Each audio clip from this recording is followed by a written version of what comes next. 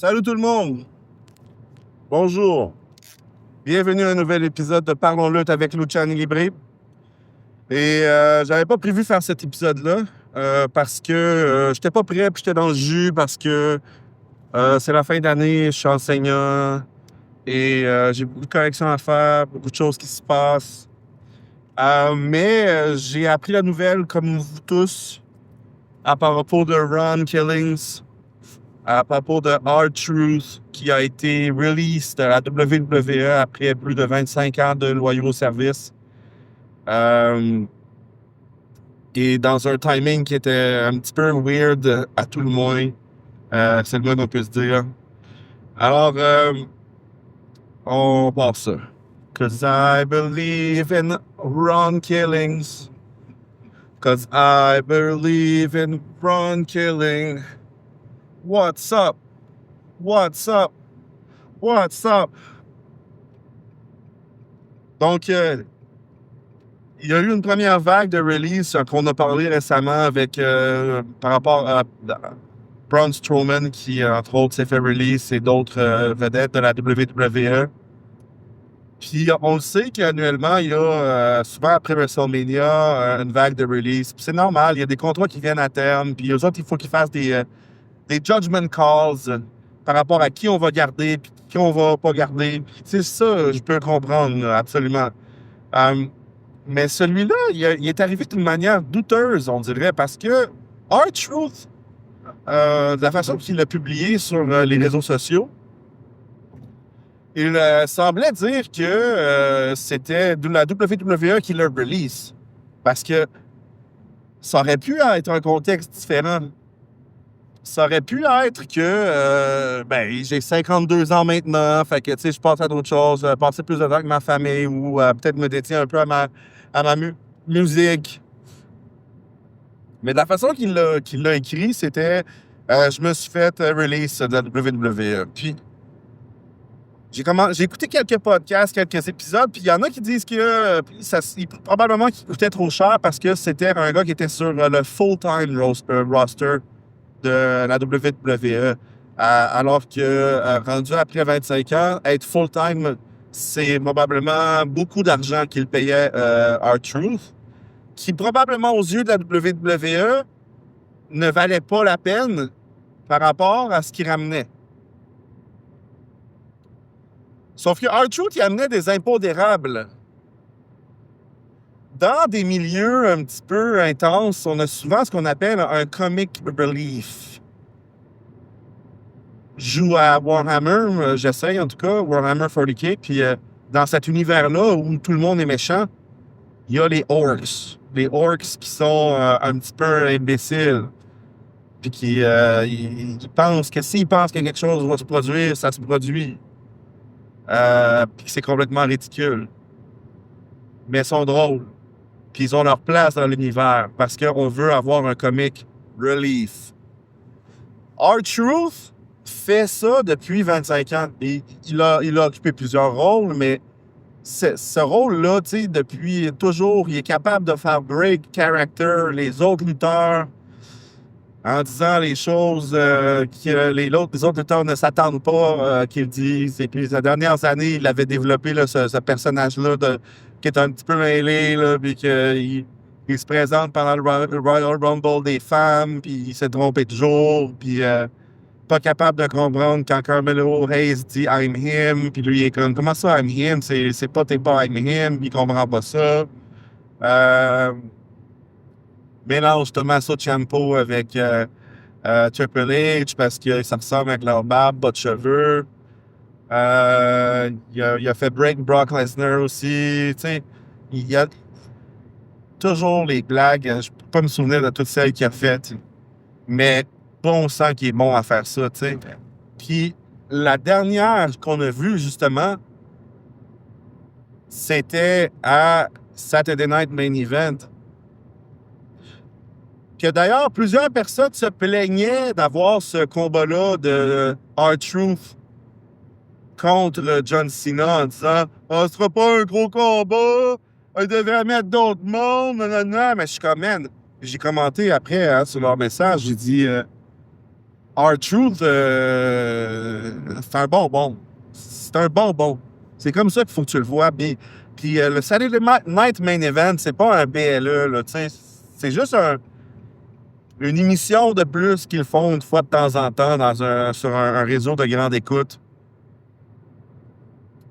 pour attirer des nouveaux téléspectateurs. Fait qu'on le sait qu'il y aura probablement jamais de ceinture qui va s'être transférée demain à cet événement-là. Tu sais, c'est plus un événement old school. Puis, fait que là, moi, j'étais comme, c'est bien parfait qu'on fasse R-Truth se battre contre John Cena à Saturday Night Main Event. C'est un bonbon là, qu'on donne aux fans dans le Farewell Tour de John Cena. Puis, finalement, c'est ce qui s'est produit. R-Truth qui rentre sur la musique de John Cena, habillé comme John Cena, en faisant les moves de John Cena d'entrée, là, tu sais, sur la musique, avec un t-shirt marqué Ron Cena dessus. C'était magique. Magique de chez Magic. Puis R-Truth qui disait que, justement, je combats John Cena, même s'il est mon héros d'enfance, parce que l'homme que je vais combattre maintenant n'est pas l'homme qui était mon héros d'enfance. En gros, I gotta beat some sense into him. Puis, ça a donné vraiment un moment mémorable. Puis, maintenant que je vous raconte ça, j'ai l'impression que, tu sais, c'est un peu genre, j'ai l'impression, quasiment les dernières volontés d'un condamné. On lui a donné ensuite un combat contre JC Matteo le vendredi passé. On parlera d'un autre tantôt, hein, de JC Matteo, Jeff Cobb, qui a changé de nom pour JC Matteo parce qu'il était probablement trademarké ailleurs. Là, mais, donc, on l'a vu beaucoup, en gros, dans le fond final, ce que je veux dire, R-Truth dans les dernières épisodes, les dernières émissions de WWE. Puis j'ai l'impression que c'est un peu comme quand le chien, tu sais qu'il va falloir que tu le fasses amener se faire piquer, puis là, tu lui dis, on va lui donner une belle dernière journée, tu sais, on va l'amener faire ses activités préférées, on va l'amener marcher, on va l'amener manger ses collations puis ses snacks préférés, on va l'amener au parc caché, on va le cajoler, on va lui donner des bisous, on va l'étreindre, puis après ça, on va le piquer, puis ça va être fini, tu sais. Parce que je me justifie pas pourquoi il l'aurait autant fait faire des apparitions dans les dernières semaines, alors qu'il peut passer des fois des semaines sans qu'on le voit, ou qu'on le voit un petit peu en coulisses, mais qu'il ne combat pas, tu sais, sur le ring. Fait que ça doit être que c'était pas imprévu, ça devait être que c'était quelque chose que la WWE savait qu'il s'en venait depuis un certain temps.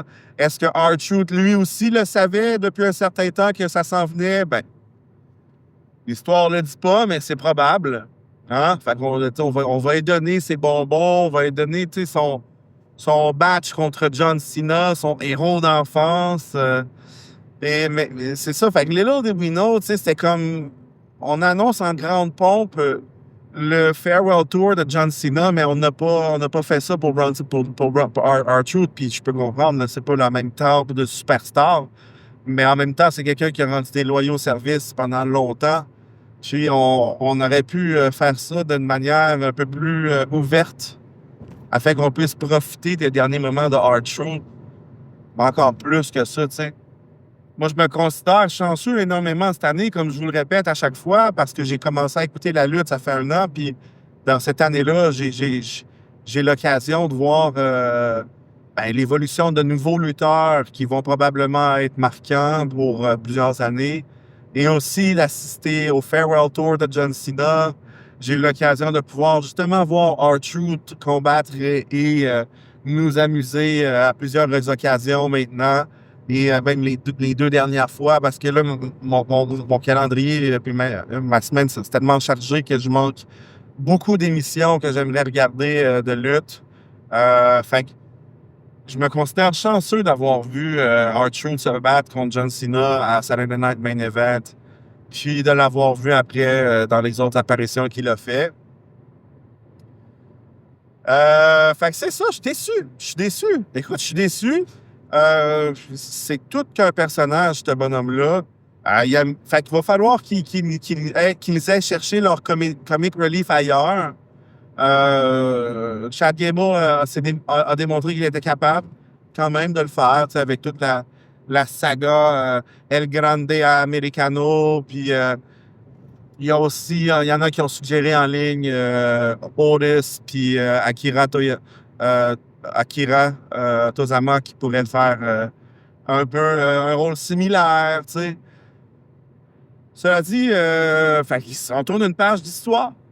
On tourne une page d'histoire. Il n'y a pas d'autre façon de le mettre. La première étape du deuil, c'est le déni. Et beaucoup de gens semblent encore être dans le déni. Hein. Il y en a qui le font, évidemment. La blague, il n'est pas mort, là, tu sais. Fait qu'on on doit quand même prendre ça avec un petit peu de légèreté malgré tout, tu sais. Mais j'ai trouvé ça quand même bien rigolo quand les gens disaient que R-Truth a fait son annonce le 1er juin et que la plupart des gens, ou beaucoup de gens disaient que ça ne devait pas être vrai, ça devait être une blague et que R-Truth, il va sûrement nous arriver en disant que c'était un poisson d'avril puis qu'il s'est trompé, il pensait qu'on était le 1er avril, qu'on n'était pas le 1er juin, alors qu'il ferait un autre de ces quiproquos qui a fait de lui, qui l'a fait sa marque de commerce. Alors là, on est rendu le 2 juin au moment d'enregistrer cette émission impromptue.